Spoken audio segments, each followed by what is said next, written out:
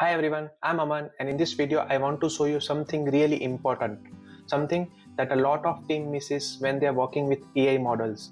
Whether you're using LangChain or any other agent framework or using a simple REST call to chat completion API, all you need is to capture metrics.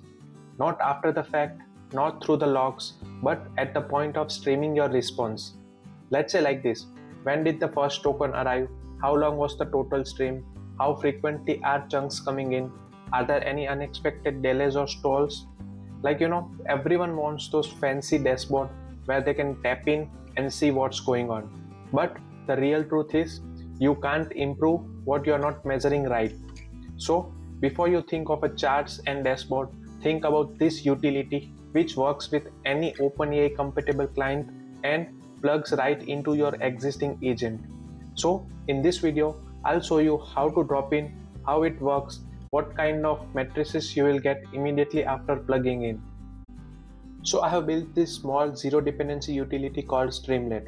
It does one job and it does it very well. It captures key metrics about how fast your LLM response is and actually streaming in.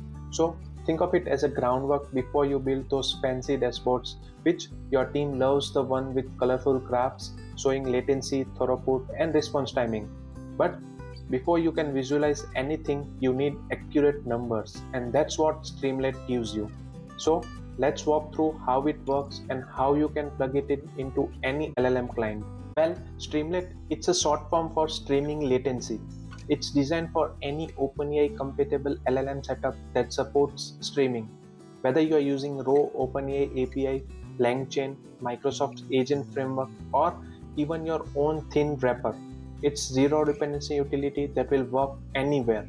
It gives you meaningful client-side metrics like TTFT, time to your first token, total time until the stream ends, that we call it as E2E latency. Then it will provide you time between first and the last streamed token. Then it will provide all the event counts as well, like all the chunks that we received, including the text chunks as well. And then finally it will provide us the throughput estimate as well.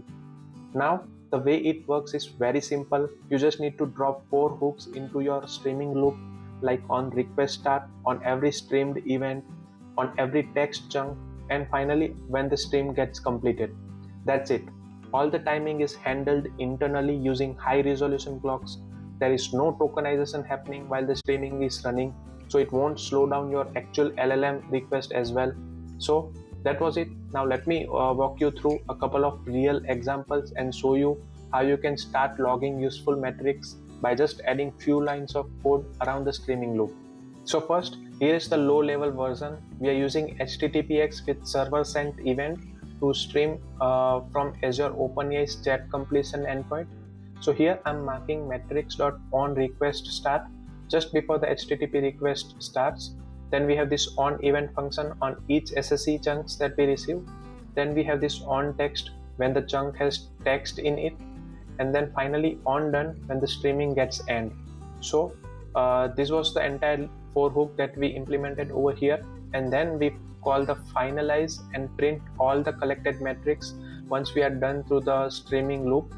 This is what gives us accurate time to first token, stream duration, and throughput. So we are not modifying anything over here, just wrapping up the things, and that's it. That will provide us the accurate metrics that we are looking for. Now next we have is LLM agent implemented in LangChain. Again, same way to implement. We initialize the metrics, start tracking before the stream begins, and just wrap our 4 chunk in LLM stream loop with on event and on text functions. And then we finalize and print the results. Even with LangChain's abstraction layer, we can still capture clean metrics with just a few lines of code. And moving finally to the Microsoft's agent framework, again the same approach.